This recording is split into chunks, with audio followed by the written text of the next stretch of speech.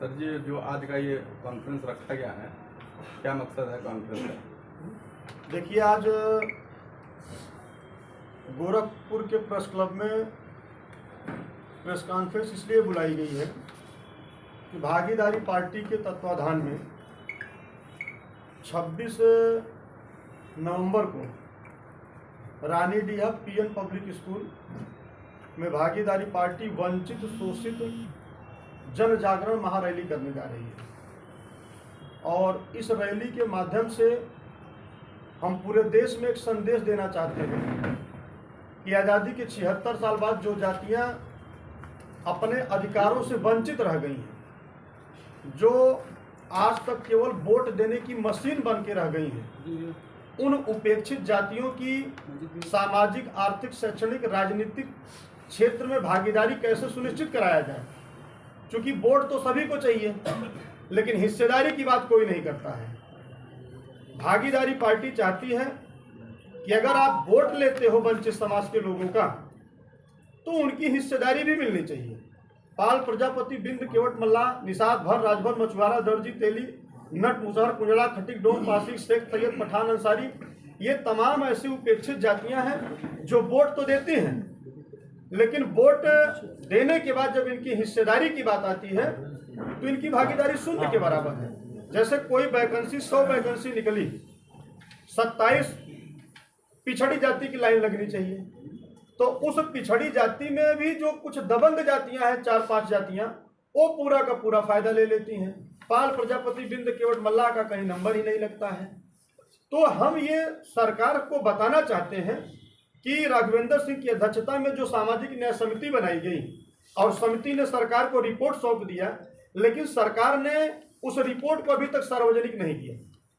भागीदारी पार्टी ये चाहती है, एक सिपाही ये चाहता है कि सामाजिक न्याय समिति की रिपोर्ट को सार्वजनिक किया जाए।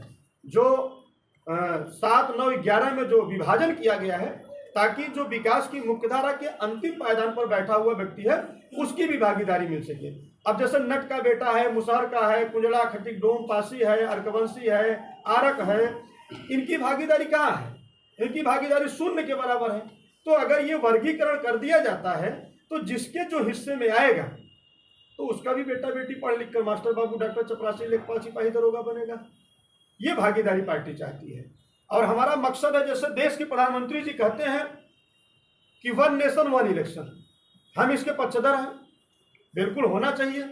लेकिन आप 1 नेशन 1 इलेक्शन की बात करते हो तो हम तो कहते हैं कि अगर एक देश है, एक प्रधानमंत्री, एक राष्ट्रपति है और एक चुनाव कराना चाहते हो, तो देश में शिक्षा प्रणाली भी एक होनी चाहिए।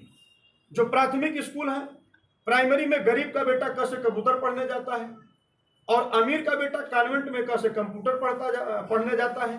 जो प्राइमरी में टीचर पढ़ाता है, सरकार से 70,000 80,000 रुपया लेता है, वह भी अपने बच्चों को प्राइमरी में नहीं पढ़ाना चाहता है, वो कॉन्वेंट स्कूल में पढ़ाना चाहता है। हम चाहते हैं कि जो सिलेबस कॉन्वेंट स्कूल में चलता है वही सिलेबस प्राथमिक स्कूल में लागू किया जाए। अगर ये समान शिक्षा कर दिया जाए तो हमको लगता है कि गरीब का भी बेटा पढ़ लिख कर मास्टर, बाबू, डॉक्टर, चपरासी, लेखपाल, सिपाही, दरोगा बन सकता है। लेकिन सरकार ऐसा नहीं करना चाहती है। सरकार गरीबों को गरीब बनाना चाहती है। आज कॉन्वेंट स्कूल जिस तरीके से मनमाने तरीके से फीस वसूल रहे हैं, सरकार का कोई नियम नहीं, कोई कानून नहीं, उन पर कोई अंकुश नहीं। 3,000, 3,500, 3,800, 5,200, 6,000, 7,000 रुपया मंथली फीस वसूल रहे हैं। अब बताइए, सरकार कि जब बुरे दिन वाली सरकार थी, मनरेगा की मजदूरी 202 रुपया हुआ करती थी। मोदी जी ने बड़ी उन्नति किया तो 213 रुपया कर दिया। अब बताइए, मनरेगा में मजदूरी करने वाला व्यक्ति अपने बेटे को कॉन्वेंट स्कूल में पढ़ा सकता है? नहीं पढ़ा सकता है। ये कहने को तो कहता है कि हम पिछड़ी जाति के हैं। जब आप पिछड़ी जाति के हो तो पिछड़ों की हिस्सेदारी देने की बात क्यों नहीं करते हो भाई? आप बताइए, इन्होंने 10% आर्थिक आधार पर आरक्षण सवर्णों को दिया कि जो गरीब सवर्ण है। आप बताओ, देश में सवर्णों ने कहीं इस आरक्षण के लिए आंदोलन किया, कहीं धरना प्रदर्शन किया, कहीं लड़ाई लड़े? अब देश के प्रधानमंत्री कहते हैं कि मैं पिछड़ी जाति से आता हूं। जब आप पिछड़ी जाति से आते हैं, आपको पता है कि देश में पिछड़ों की आबादी 85% है, पिछड़े दलित की, तो आप उनकी हिस्सेदारी की बात क्यों नहीं करते हो भाई?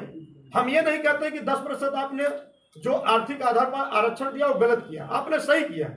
और उसमें भी इन्होंने एक बैरियर रखा कि 8 लाख रुपया एनुअल यानी सालाना कमाने वाला जो पिछड़ा है वो गरीब है, सॉरी जो फॉरवर्ड है वो गरीब है। 8 लाख का मतलब समझते हैं 12×72 यानी 66,000 रुपया जो महीना सामान्य जाति का व्यक्ति कमाएगा वो गरीब है, लेकिन 25,000, 30,000, 35,000 रुपया महीना कमाने वाला पिछड़ा अमीर है। हम कहते हैं 27% पिछड़ों को अपने आरक्षण दिया। पिछड़ी जाति के लोग लड़ाई लड़ रहे हैं कि जिसकी जितनी संख्या भारी उसकी उतनी हिस्सेदारी। अगर आप पिछड़ों की हितैषी हो, पिछड़ों को वोट आप लेते हो, पिछड़ों की बदौलत आप सरकार बनाते हो, तो पिछड़ों की हिस्सेदारी क्यों नहीं देते हो भाई? आप 27 से आरक्षण बढ़ाकर 54% क्यों नहीं करते हो? चलिए मान लीजिए 54% नहीं कर सकते हैं, संविधान में ऐसी कोई व्यवस्था नहीं है, 85% कर दीजिए, लेकिन उसको भी नहीं करना चाहते हैं। अभी आप लोगों ने देखा कि महिलाओं को 33% अलग से इन्होंने जो आरक्षण दिया और उसको ये नहीं कह रहे हैं कि इसे कब लागू करेंगे, इसकी समय सीमा नहीं बता रहे हैं। सूबे का गृह मंत्री कह रहे हैं कि भाई जब तक जनगणना नहीं हो जाएगी तब तक इसको लागू नहीं किया जाएगा। ये समय नहीं बताना चाहते हैं। ये आरक्षण भी जो दिए हैं, ये आरक्षण अगर ये क्लासिफिकेशन करके दिए होते, सामान्य, पिछड़ा, दलित, अल्पसंख्यक, तो हमको लगता है कि भविष्य में जब भी ये लागू होता तो हर महिलाओं को फायदा मिलता। लेकिन भागीदारी पार्टी पिछले 15 साल से ये लड़ाई लड़ रही है कि अगर महिलाओं की 50% आबादी है देश में, जो साइलेंट वोट कही जाती है, जितनी आबादी पुरुषों की उतनी आबादी महिलाओं की है, तो महिलाओं का आरक्षण आप 33% क्यों दे रहे हो भाई? आप उसको 50% दो। लेकिन ऐसा नहीं करना चाहते हैं। इन्होंने पिछड़ों की महिलाओं की वोट लेने के लिए एक कार्ड इन्होंने खेला। आप लोगों को याद होगा 2002 में जब माननीय मुलायम सिंह यादव जी को लगा कि मेरी सरकार बनने वाली नहीं है, तो इन्होंने 17 अति पिछड़ी जाति को एससी में शामिल करने का एक बड़ा कार्ड खेला था और पिछड़ों ने इनको वोट दे दिया और इनकी 2003 में सरकार बन गई। वही कार्ड माननीय मोदी जी खेले हैं कि महिलाओं को हम आरक्षण दे रहे हैं 33%, लेकिन इसकी समय सीमा नहीं बता रहे हैं, हम कब लागू करेंगे। अरे आपकी मंशा अगर इतनी साफ है महिलाओं को लेकर, तो जब आपकी सरकार बनी 19 में, उस समय आप इसको जो है लागू कर देते हैं। राज्यसभा लोकसभा से पास कराकर राष्ट्रपति जी के यहाँ ले गए होते, राष्ट्रपति अनुमोदित कर देते, देश में कानून बन के लागू हो जाता। लेकिन इन्होंने ऐसा नहीं किया। जब इनको लग रहा है कि मेरी सरकार नहीं बनने वाली है, अब चुनाव 24 का सिर पे है, तो इन्होंने 33% महिलाओं को आरक्षण दे दिया। तो ये इनका एक जुमला है। माननीय मुलायम सिंह यादव ने भी जुमला खेला था। आज बताइए 2003 से जोड़ लीजिए, 17 अति पिछड़ी जाति एससी में शामिल हुए, बल्कि पिछड़े जाति के नेता 17 अति पिछड़ी जाति के नाम पर केवल समाज को चूसने का काम किया, लूटने का काम किया। जबकि इसका एक सिस्टम होता है। जहां तक मैं जानता हूं, जहां तक मैंने पढ़ा है, 17 अति पिछड़ी जाति को एससी में शामिल करने का फार्मूला अलग है। पहले तो आप अनुसूचित जाति जनजाति आयोग से परमिशन लीजिए, वहां आपको परमिशन नहीं मिलेगा। मान लिया अगर मिल भी गया तो आरजीआई में ले जाइए, आरजीआई आपको परमिशन दे, आरजीआई परमिशन देगा ही नहीं, असंभव है। चलिए मान लिया दे दिया, लोकसभा में ले जाइए, 2/3 बहुमत से इसको पास कराइए, राज्यसभा में जाए, वहां भी 2/3 बहुमत से पास हो, तब ये जब राष्ट्रपति के पास बिल बन के जाए और राष्ट्रपति अनुमोदित कर दे, तब ये देश में कानून बन के लागू हो सकता है। उसके पहले भी संविधान में संशोधन करना पड़ेगा कि जो 27 में से 17 अति पिछड़ी जाति निकलेंगी, उनका क्या परसेंटेज बनता है। पहले 27 में तो उसको काटिए और 22.5 में उसको जोड़िए। अगर हम किसी के घर में जाएं, रहना चाहें, तो कोई हमको जबरदस्ती रहने देगा? देश में दलित भाई आंदोलन कर देंगे। तो पहले जो 17 अति पिछड़ी जाति को आप एससी में शामिल करने की बात कर रहे हो, पहले तो 27 में से कितना उनका परसेंटेज बन रहा है उसको काट कर 22.5 में जोड़िए। इतना झमेला करने के लिए संविधान में बड़ा संशोधन करना पड़ेगा। तो ये केवल वोट लेने का एक जुमला था और माननीय मोदी जी ने जो ये जुमला कार्ड खेला है, ये केवल महिलाओं की वोट लेकर सरकार बनाने के लिए। जब हमने यहाँ रैली का आयोजन किया, महारैली का, तो भाजपा के बड़े नेता मुझसे कहने लगे कि गोरखपुर में कुम्हार कहाँ है। आप बताइए, गोरखपुर में कुम्हार नहीं है? मैंने 50 गांवों में मैंने खुद दौरा किया और देखा, मैं मतदाता की बात कर रहा हूं, संख्या की नहीं। 2000, 2200, 1800, 1200, 1000, 800, 900, 400, 500 ऐसे गांव जहां पर इतनी संख्या में मतदाता हैं, लेकिन भाजपा ठप्पा मार रही है कि कुम्हार गोरखपुर में कहां हैं। मैं आप लोगों को न्योता देता हूं, 26 तारीख को आइएगा। ये प्रजापति समाज भागीदारी पार्टी ट्रेलर नहीं पूरा फिल्म दिखाएगी गोरखपुर में, और ये सिद्ध कर दूंगा 1,48,000 वोट केवल गोरखपुर लोकसभा में कुम्हारों की है। मैं बांसगांव की बात नहीं कर रहा हूं, केवल गोरखपुर की बात कर रहा हूं।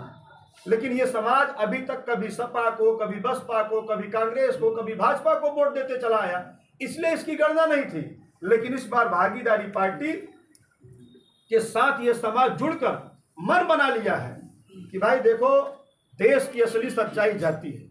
जो नेता ये कहता है कि मैं जाति की राजनीति नहीं करता हूं, ये जान लो सबसे बड़ा झूठा है। भारतीय जनता पार्टी देश की बड़ी पार्टी है, सबसे ज्यादा जातिवाद की राजनीति तो भाजपा करती है। भाई जाति देखकर टिकट देते हैं, जाति देखकर मंत्री बनाते हैं, यहां तक कि तहसीलों पर ठप्पा मारकर देते हैं कि तुम फला जाति के, तुम फला जाति के, तुम फला जाति के। आप बताओ, अगर देश की असली सच्चाई जाति नहीं होती तो तहसीलों पर ठप्पा मार के देते हैं। जब टिकट का बंटवारा होता है तो समीकरण भिड़ाते हैं, किस जाति की कितनी संख्या है, कौन नेता उस जाति पर कितना प्रभावी है, उसको टिकट देते हैं। और जिसकी जाति की गणना नहीं है उसको टिकट नहीं देते हैं। इसलिए भागीदारी पार्टी चाहती है कि उत्तर प्रदेश ही नहीं, देश में जातिवार जनगणना हो। अभी जातिवार जनगणना हो जाए तो दूध का दूध, पानी का पानी हो जाए। हमने उत्तर प्रदेश की 403 विधानसभा सीटों पर अपनी एजेंसी लगाकर, अपना पैसा लगाकर हमने पूरे प्रदेश में सर्वे कराया। अब मैं बताऊंगा तो आप लोग आश्चर्य मानोगे, 403 विधानसभा सीटों में से ऐसी कोई विधानसभा नहीं है जिस पर 10,000 वोट कुम्हारों की न हो। 10,000, 12,000, 18,000, 20,000, 22,000, 23,000, 25,000, 30,000, 32,000, 40,000, 90,000 तक वोट अकेले कुम्हारों की है। आप चले जाओ बुंदेलखंड में 27 विधानसभा ऐसी हैं जो कुम्हारों की खान के नाम से जाने जाते हैं, लेकिन हमारी कोई गणना नहीं है। 80 लोकसभा सीट है, पश्चिम की 4 लोकसभा निकाल दीजिए, नगीना, मैनपुरी, अलीगढ़ और सहारनपुर, 4 लोकसभा ऐसी है जिस पर कुम्हारों की वोट 85,000, 90,000, 95,000 वोट है। बाकी ऐसी कोई लोकसभा नहीं है जिस पर 1.25 लाख, 1.5 लाख, 2.25 लाख, 2.25 लाख वोट अकेले कुम्हारों की न हो। लेकिन हमारी कोई गणना नहीं है। क्यों? क्योंकि ये लोग हिस्सेदारी नहीं देना चाहते हैं। यही स्थिति हर जाति में है। बताओ, मुसलमान भाइयों को तो मैं कभी कभी सोचता हूं, ये जैसे कांग्रेस और सपा में रजिस्ट्री कर दिए हों कि हम वोट उन्हीं को देंगे। जब देश आजाद हुआ था 38% सरकारी नौकरियों में हिस्सेदारी मुसलमान भाइयों की थी, आज 0 पॉइंट समथिंग कुछ आ गया है। वोट तो उनकी चाहिए लेकिन हिस्सेदारी नहीं चाहिए। वोट सभी को चाहिए। वोट बहन मायावती जी को चाहिए, वोट माननीय अखिलेश यादव जी को चाहिए, वोट भाजपा को चाहिए, वोट कांग्रेस को चाहिए, लेकिन प्रजापति समाज का बेटा मुख्यमंत्री न बनने पाए, कैबिनेट मंत्री न बनने पाए। ये लोग करते क्या है कि हर जाति से एक नेता को पकड़ लेते हैं, उसको उसी के जाति में घुमाकर उसकी वोट ले लेते हैं, और जब उस सदन में जाता है तो उसके मुंह पर टेप लगा देते हैं कि तुझे खबरदार, यहाँ तुझे बोलने की जरूरत नहीं है। और जैसे सदन समाप्त होगा वो बाहर जाएगा तो कहेंगे जाओ तुम अपने समाज को इसी तरीके से गुमराह करने का काम करो। तो अब ये समाज जाग गया है। बाबा साहब अम्बेडकर जी ने कहा था कि यदि जो अति पिछड़े, अति दलित हैं, उनको अगर हिस्सेदारी चाहिए तो भाई देखो आपकी पार्टी होनी चाहिए। जब तक आपकी पार्टी नहीं होगी, आप अपनी ताकत नहीं दिखाओगे, आप अपनी संख्या नहीं दिखाओगे, तब तक ये बेईमान आपकी हिस्सेदारी देने वाले नहीं है। इसलिए भागीदारी पार्टी उन तमाम उपेक्षित जातियों की, वंचित शोषित समाज की, जो आज़ादी के 76 साल से आज भी विकास की मुख्य धारा से वंचित हैं, विकास की मुख्य धारा की बिल्कुल अंतिम पायदान पर बैठे हुए हैं, हम उनको एकजुट करके अपनी ताकत दिखाएंगे और उनकी हिस्सेदारी के लिए लड़ रहे हैं कि प्रदेश में जातिवार जनगणना होनी चाहिए, प्रदेश में शराब बंद होना चाहिए। बताइए, आपका पड़ोसी राज्य बिहार है, बिहार में शराब बंद है, लेकिन उत्तर प्रदेश में माननीय मोदी जी और योगी जी दोनों लोग मिलकर 2 विभाग चलाते हैं शराब बेचने के लिए। एक मद्यपान निषेध विभाग एक आबकारी विभाग। मद्यपान निषेध विभाग कहता है कि शराब पीना विश्व से भी भयंकर है, शराब मत पियो, शराब पीने से व्यक्ति की आकस्मिक मृत्यु हो जाती है। और आबकारी विभाग कहेगा योगी जी वाला कि तुम हमारे पास आओ, हम तुम्हें शराब बेचने का लाइसेंस देते हैं। यानी एक ही प्रदेश में दोहरी नीति क्यों? या तो शराब बेचो धड़ल्ले से, तो ये मत कहो कि निषेध है, या तो निषेध ही कर दो। भारत के 12 राज्यों में शराब बंद है भाई, आंध्र प्रदेश, गुजरात, केरल, कर्नाटक, लक्षद्वीप, दमन द्वीप, आपके बिहार में। तो उत्तर प्रदेश में शराब क्यों नहीं बंद करते हो? जब देश के प्रधानमंत्री माननीय नरेंद्र मोदी जी नहीं थे तो कहते थे कि मैं देश का प्रधानमंत्री बना तो सबसे पहले भाइयों और बहनों शराब बंद करूंगा। आप बताओ, मोदी जी और योगी जी दोनों लोग मिलकर शराब बेच रहे हैं, गरीबों को शराब पिलाकर वोट ले लेते हैं, दारू मुर्गा खिलाकर वोट ले लेते हैं। जब मुर्गा खिला के वोट लेंगे तो जीत के जाएंगे तो 5 साल मुर्गा बना के घुमाएंगे। तो इस व्यवस्था को हम लोग हटाना चाहते हैं। हम चाहते हैं कि गरीबों के बच्चों को शिक्षा मिले, रोजगार मिले। आप बताइए, 69,000 शिक्षक भर्ती में पिछड़ी जाति के 5,945 सीट योगी जी ने खा लिया, लेकिन एक भी पिछड़ी जाति का नेता भाजपा में बैठा हुआ बोलने को तैयार नहीं है। वो चाहे डिप्टी सीएम केशव प्रसाद मौर्य जी हो, चाहे स्वतंत्र देव जी हो, उस समय तो स्वामी प्रसाद मौर्य जी भी साथ में थे, लेकिन कोई भी नेता बोलने को तैयार नहीं था। क्यों? क्योंकि इनको वोट चाहिए, पिछड़ों की वोट तो चाहिए, लेकिन हिस्सेदारी की बात नहीं करते हैं। बताइए, 3 किलो फ्री में अनाज देकर गरीबों को बेवकूफ बनाकर उनका वोट ले रहे हैं। आप बताइए, बुरे दिन की जब सरकार थी तो सरसों का तेल 50 रुपया लीटर बिकता था, अब 200 रुपया लीटर बिक रहा है। 150 रुपया आपका एक जेबा कतर दिए। जो बुरे दिन की सरकार में गैस सिलेंडर 400 रुपया में बिकता था, उसको बढ़ाकर 1200 रुपया कर दिए। 800 रुपया दूसर का जेबा आपका कतर दिए। केवल 2 आइटम में आपसे 950 रुपया ले लिए, और आप के पैसवा में से 100 रुपया का 3 किलो फ्री में अनाज दे दिए और आपकी वोट ले लिए।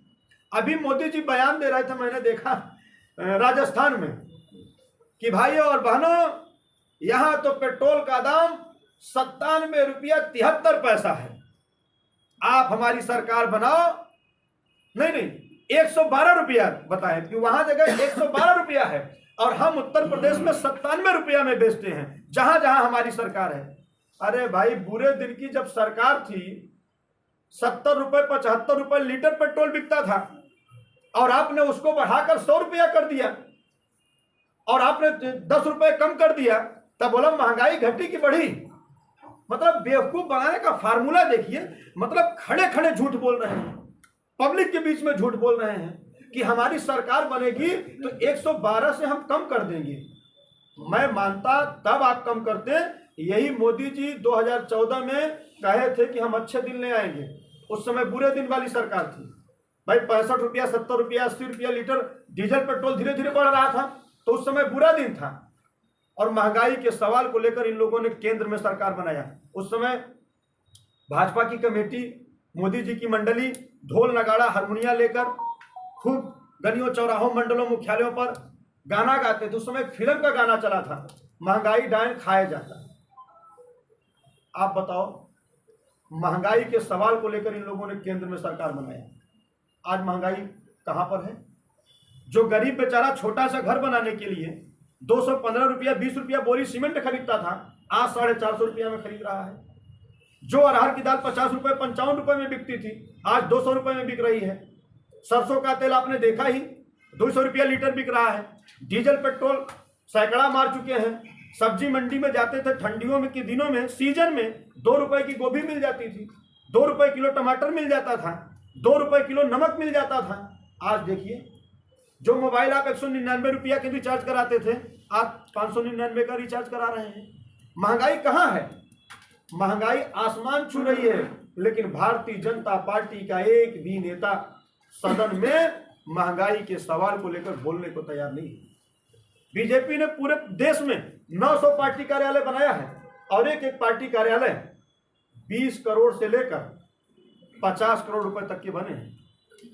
लेकिन कोई भी पत्रकार ये बात पूछने को तैयार नहीं है कि तुम्हारे पास इतना पैसा कहाँ से आया। क्या तुम्हारे नेता मनरेगा में काम करते थे? आप गोरखपुर का देख लीजिए, भारतीय जनता पार्टी का कार्यालय 50 करोड़ रुपए का बना हुआ है, लेकिन कोई बोलने को तैयार नहीं है। तो इस रैली के माध्यम से हम एक संदेश देना चाहते हैं। जो पिछड़े पिछाड़े गए लोग हैं, समाज पूरा साथ में खड़ा है। और आप लोगों को मैं आमंत्रित करूंगा कि आप लोग आइए, ट्रेलर नहीं पूरी फिल्म दिखाया जाएगा 26 तारीख को।